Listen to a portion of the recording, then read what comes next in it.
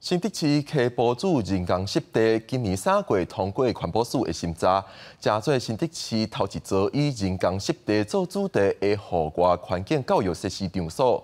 计共有5个生态池，当年除了处理家庭生活废水要5万吨以外，未来阁会加做学生环境教育的重要地点。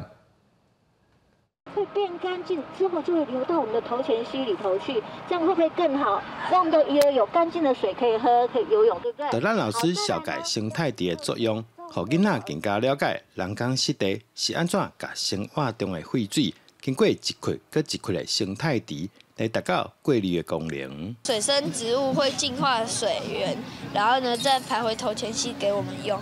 为我们提供干净的水源，还有。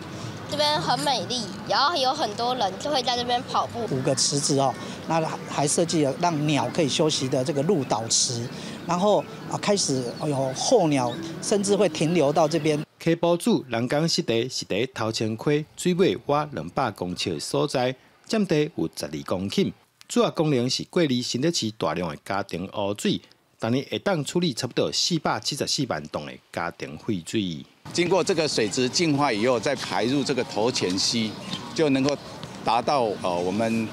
减少对头前溪水质的污染，来提升头前溪的一个水质的品质。环保局指出，未来会举办相关课程，以自然生态参水质保护做主题，让学校带学生来了解人工湿地的重要性。记者刘君豪，新竹报道。